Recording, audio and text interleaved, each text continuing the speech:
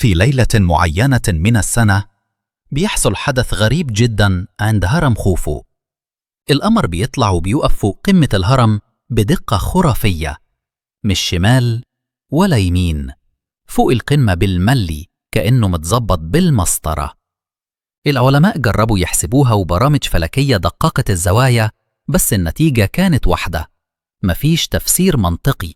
إزاي حضارة من أكتر من 4000 سنة كانت بتحسب مواقع القمر والنجوم بالشكل ده؟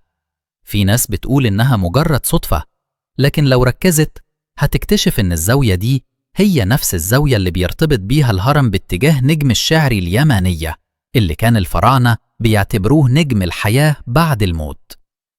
يعني باختصار، القمر فوق الهرم مش مشهد طبيعي، دي رسالة من حضارة بتحكي لنا إنها كانت بتفهم الكون بطريقة إحنا لسه بنحاول نوصلها النهاردة.